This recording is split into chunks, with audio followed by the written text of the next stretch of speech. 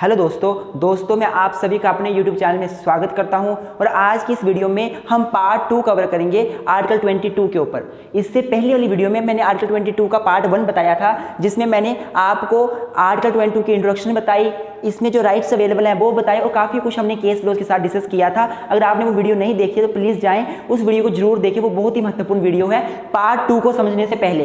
Part 2 में हम preventive detention के ऊपर पहुंच गए थे, तो पार्ट 2 में हम प्रिवेंटिव डिटेंशन को डिस्कस करेंगे। पार्ट 1 में लास्ट में प्रिवेंटिव डिटेंशन हमने छोड़ा था, तो आज हम प्रिवेंटिव डिटेंशन के बारे में पढ़ेंगे, ये होता क्या है और इसके रिगार्डिंग क्या क्या राइट्स अवेलेबल है हमारे देश में, देश के नागरिकों को।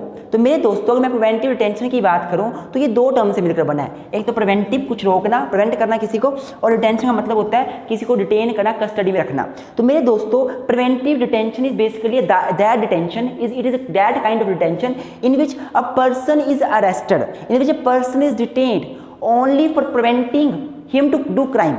उसको प्रिवेंट करने के लिए कि वो क्राइम ना करे, वो ऑफेंस ना करे, so that he can be prevented from commission of a crime. इसी के लिए हम उसको अरेस्ट करते हैं। We have no such kind of evidences that charges can be made against that person and trial can be started. No, we have no evidences. हमारे पास ऐसे सबूत नहीं होते कि हम किसी बंदे के ऊपर चार्ज लगाकर ट्रायल शुरू कर दें सीआरपीसी के अंडर, लेकिन शक जरूर होता है कि बंदा क्राइम कर सकता है। तो ऐसे डिटेंशन को, जब इस शक के आधार पर किसी को डिटेन किया जाता है ताकि वो आगे क्राइम ना करे और कुछ गलत ना करे, ऑफेंस ना करे, ऐसी डिटेंशन को प्रिवेंटिव डिटेंशन बोला जाता है। मेरे दोस्तों, अगर मैं प्रिवेंटिव डिटेंशन की नेसेसिटी की बात करूं कि क्या जरूरत है प्रिवेंटिव डिटेंशन के लॉज की, तो जो डेमोक्रेटिक कंट्रीज है पूरे वर्ल्ड की, प्रिवेंटिव डिटेंशन को अच्छा नहीं मानती। Maximum countries they do not want to have this preventive detention laws in their country. In fact USA में तो ऐसे लॉज है ही नहीं। और इंग्लैंड में, अगर मैं इंग्लैंड की बात करूं तो इंग्लैंड में ऐसे लॉज हैं, लेकिन वो तब भी एप्लीकेबल होते हैं जब इंग्लैंड का वार किसी कंट्री के साथ चलाओ, ड्यूरिंग द वार टाइम।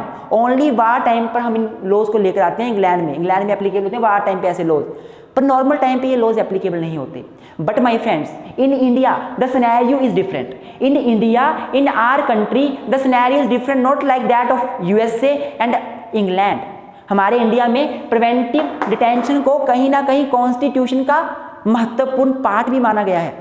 हमारे देश में प्रिवेंटिव डिटेंशन को देश की सोशल कंडीशन को देखकर, देश की अपनी सिचुएशन को देखकर, जियोग्राफिकल कंडीशन को देखकर, लोगों में जो विभिन्नताएं पाई जाती हैं उनको देखकर प्रिवेंटिव डिटेंशन को कायम रखना बहुत जरूरी है। इसलिए हमारे देश में इसको इंटीग्रल पार्ट भी माना गया है। अदरवाइज बाकी कंट्रीज में प्रिवेंटिव डिटेंशन लोगों को कोई महत्वता इतनी नहीं दी जाती है डेमोक्रेटिक कंट्रीज में। तो अगर मैं प्रिवेंटिव डिटेंशन की हिस्ट्री की बात करूं कि प्रिवेंटिव डिटेंशन जो है उसकी क्या हिस्ट्री हमारी कंट्री में रही, आई होप आपको प्रिवेंटिव डिटेंशन का पता चला होगा, होती क्या है प्रिवेंटिव डिटेंशन और इसकी नेसेसिटी क्या है। होती क्या है मैंने आपको बता दिया, किसी बंदे को प्रिवेंट करने के लिए उसे अरेस्ट किया जाता है, शक के आधार पर उसके अगेंस्ट सबूत नहीं होते, इसलिए चार्ज फ्रेम नहीं किए जा सकते उसके अगेंस्ट, और ट्रायल बिगिन नहीं होता, उसे ट्रायल के बिना रखा जाता है डिटेन कर ताकि वो ऑफेंस ना करे। और नेसेसिटी क्या है इसकी, हमारे देश की जियोग्राफिकल कंडीशन, इकोनॉमिक विभिन्नताएं जो हमारे देश में पाई जाती हैं, सभी को देखकर हमारे देश में इसकी जरूरत है। अब हम हिस्ट्री डिस्कस करूँ मैं हिस्ट्री की, तो हमारे देश में जो सबसे पहला प्रिवेंटिव डिटेंशन कानून बना था वो 1950 में बना था। आपको पता भी होगा प्रिवेंटिव डिटेंशन एक्ट 1950, जो जिससे लैंडमार्क केस AK गोपालन केस डील करता है। तो ये हमारा 1950 में बना था, कुछ टाइम ये रहा, उसके बाद एक साल के बाद 1951 के अबाउट ये हमारा देश से खत्म हो गया, इसको रिपील कर दिया गया।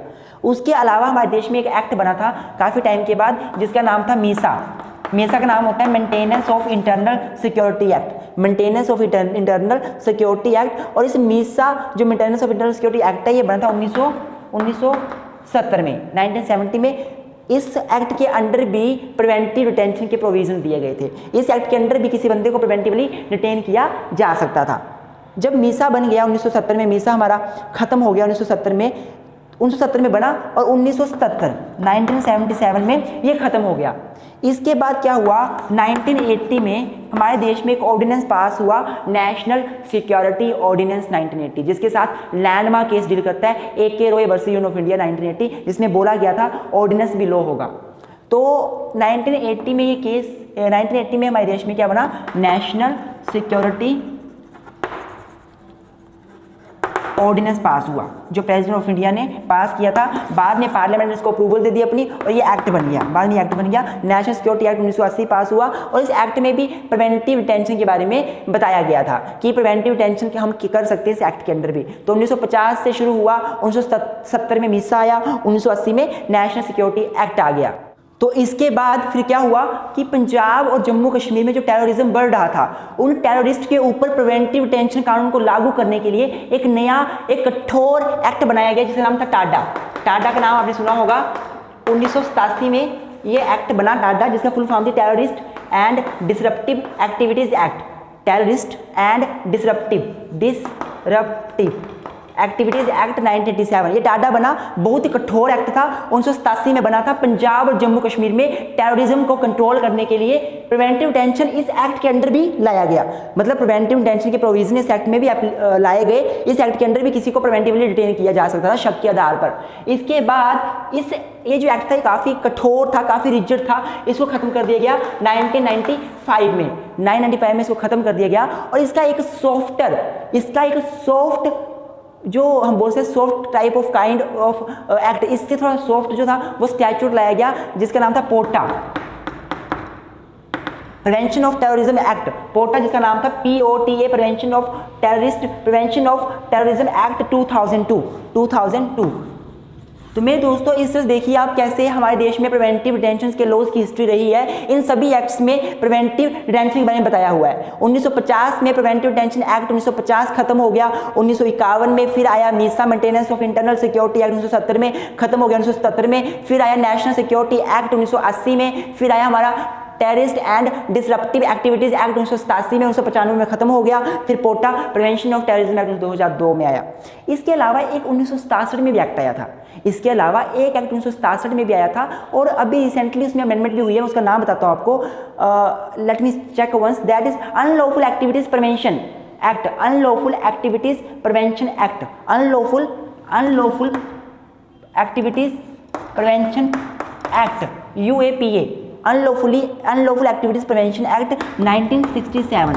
ये एक्ट आया था ना, इस एक्ट में प्रिवेंटिव डिटेंशन का प्रोविजन था। 2012 में इसको अमेंड किया गया, 2019 में भी इसको अमेंड किया गया और रिसेंटली एक न्यूज़ भी आई थी कि इस एक्ट का बहुत मिसयूज़ किया गया है गवर्नमेंट के जरिए। अब वो न्यूज़ सही थी या गलत थी मुझे नहीं पता, पर मैंने न्यूज़ देखी थी कि ये एक्ट के ऊपर न्यूज़ थी, अनलॉफुल एक्टिविटीज़ प्रिवेंशन एक्ट। तो this is about the history of preventive detention. अब आइए डिस्कस करते हैं कि क्या राइट्स मिलते हैं एक बंदे को जिसको प्रिवेंटिवली डिटेन किया जाता है। कॉन्स्टिट्यूशन उसको कैसे प्रोटेक्शन देता है।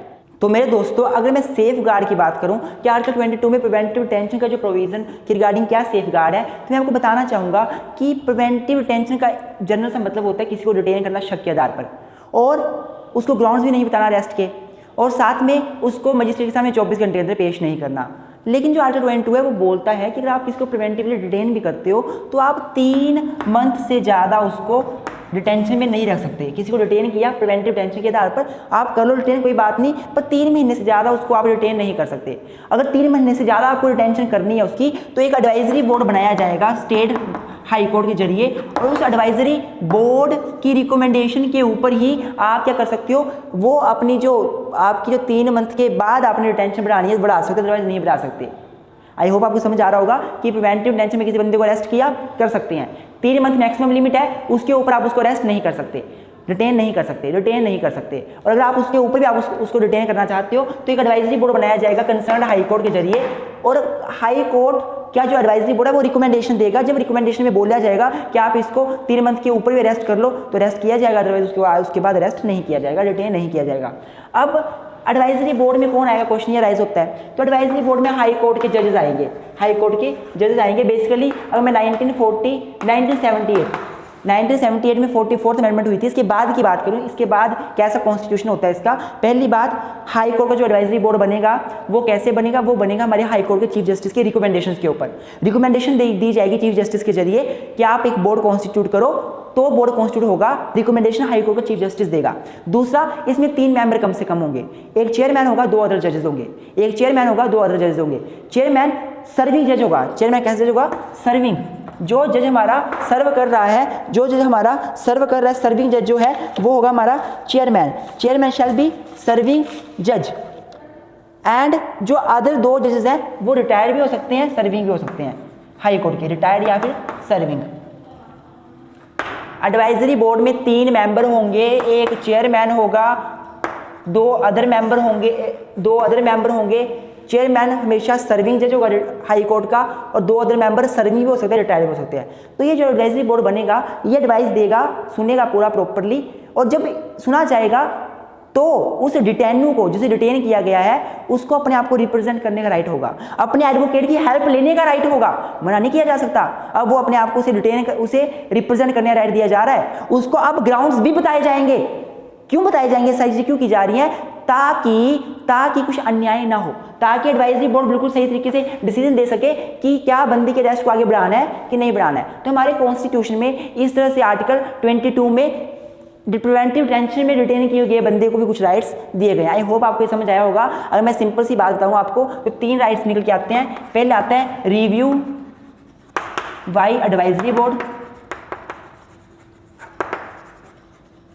दूसरा राइट आता है निकल के हमारे पास प्रिवेंटिव डिटेंशन के बाद बंदे को जो आर्टिकल 22 में दिया गया है वो आता है grounds of arrest, grounds of detention बताने, to be inform to the detenu. और तीसरा आता है राइट टू रिप्रेजेंटेशन, डिटेन्यू को राइट है वो अपने आप को रिप्रेजेंट भी कर सकता है, बोर्ड के सामने जब रिप्रेजेंट कर रहा हो तो अपने साथ वो किसी बंदे की हेल्प भी ले सकता है। वैसे जनरली क्या होता है, डिटेन्यू हेल्प नहीं ले सकता किसी रिप्रेजेंटेटिव की, लेकिन अगर जो स्टेट है जिसने डिटेन किया है उस बंदे को, वो किसी एडवोकेट की सहायता ले रहे हैं तो डिटेन्यू भी ले सकता है, नो डाउट। तो these are the rights which are available in article 22 with respect to preventive detention. I hope आपको ये समझ आया होगा। वीडियो अच्छी लगे तो लाइक जरूर करें, मेरे चैनल को सब्सक्राइब जरूर करें, सब्सक्राइब करना ना भूलें। Thank you friends, thank you very much.